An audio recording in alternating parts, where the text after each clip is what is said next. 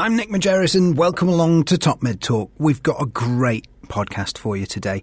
I love this one. It is Joff Lacey visiting the Ether Dome in Boston, the hallowed turf where anaesthesia as a profession began.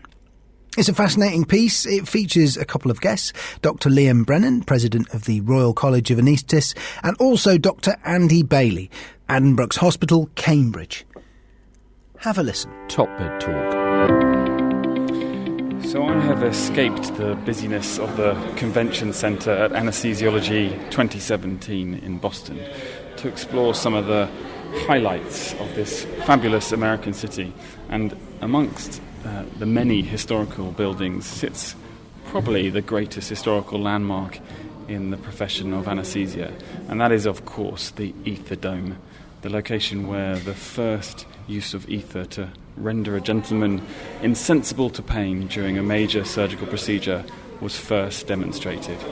So a magical setting, and if that weren't enough, I'm joined by the President of the Royal College of Anaesthetists, Dr Liam Brennan, which kind of puts the cherry on top for this experience for me. So Liam, thanks very much for joining me here today. Hi Joff, it's an absolute pleasure to be here, and I've got my colleague alongside me from Cambridge, Andy Bailey, and we're in a room to describe it to you all that is an absolute iconic location. It's full of anaesthetists from all over the world attending the convention. There must be 30 people in this room, and to be at the site at which the first ever general anaesthetic was given is truly a dream come true. It is really, yeah. And Andy, how are you feeling now that you're here in the Ether Dome itself? It's a real contrast to the meeting we've all been attending of Anesthesiology 2017.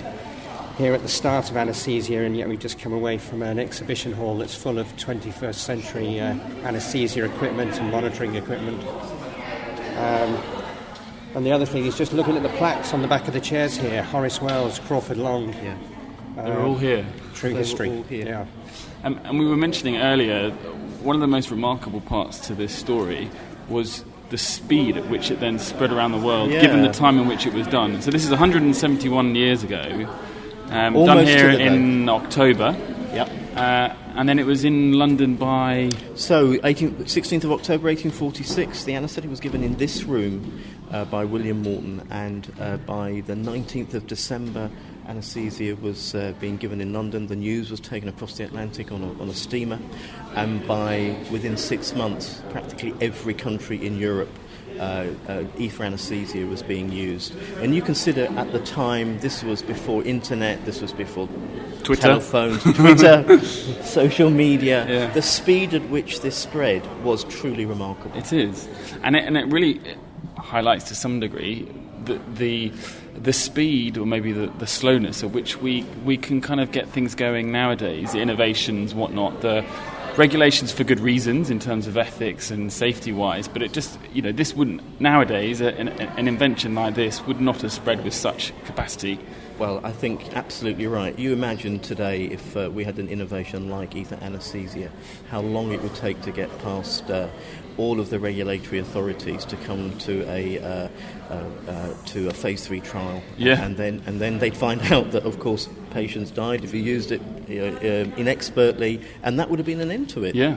But people were brave. People took the chance, and they did the right thing, and the recognition of physicians that this was a fantastic innovation that meant people could have surgery safely, and most importantly that the surgeon didn't have to rush and could take his time there, mostly speaking, and to be able to do a better job for their patient. Well, that's a very good point, isn't it? It's not purely that it made it comfortable for the patient to experience it. It was the conditions and therefore the outcomes for the patient because of the type of procedures that could be done, and two, the time at which they could take to do it properly.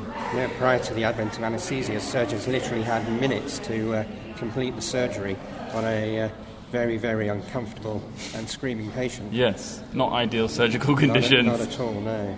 And you mentioned, Liam, obviously the fact that it was found to be very dangerous, used inexpertly, but that does also highlight where we've come to, in terms of safety of use of anaesthesia. Well, when you think that in 170 years, where our specialty has come from, when the term wasn't even used, the first paper in November of that year didn't even use the term anaesthesia. It talked about rendering people insensible with using sulphuric ether for the conduct of surgery, is how it was described. So the word wasn't even used. 171 years later, you look at how we have progressed. Many of the major anaesthetic and the medical journals are older than anaesthesia. I've been given talks this year in our 25th year, and I spoke at a meeting along with Fiona Godley, the BMJ editor-in-chief, and I was able to say that actually your journal that you're editing is older than anaesthesia itself, 1840. Yeah, I mean, and that is, I think it's something that a lot of people, particularly lay people, don't quite get their heads around. It's a profession, a specialty in its infancy, really. It is, and I think, of course, now the next innovations are coming in perioperative medicine. We're looking at artificial intelligence, we're looking at big data, we're looking at genomics. These are all the new horizons that we're going to be delving into to progress the specialty in our next 25 years as a Royal College and for the next 25 years of the specialty. Well, and that's a good point. We're sitting here 171 years after the first anaesthetic. I wonder what it's going to be like in 171 years from now. Who knows? One thing is for certain, none of us will be there, Joff. Well, you never know with the advances in healthcare. But there will still be a need for people to have surgery of some type or other. I guess there will still be a place for surgery. It will not be the same as it is now, and many of our innovations within surgical practice will mean that there'll be a different requirement for surgical procedures, but there will still be a need, and patients will still need to be rendered insensible to do it. Will that be by pharmacological means? Will it be done by neurostimulation? Who knows? But there will still be a need to make people insensible from pain, and that is always going to be a requirement as long as there's humans on the planet. So I'm just leaving the Massachusetts General Hospital after what was a very special experience, visiting the Ether Dome, the birthplace of anaesthesia, and doing it with the leader of our specialty and paying tribute to the pioneers of our trade.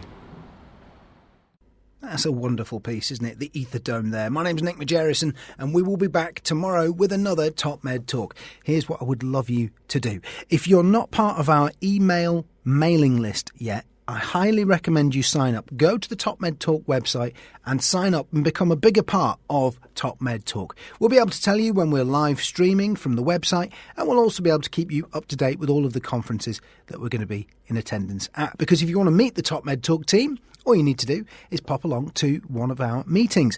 And you can find out about those on ebpom.org/meetings. ebpom.org/meetings for all of the big events that we're going to be in attendance at. Our next big event is between the 28th and the 30th of September in Chicago. That's EBPOM USA, the Chicago Masters Course, Perioperative Care Practicum. Between the 28th and the 30th of September, ebpom.org for more details. That's ebpom.org.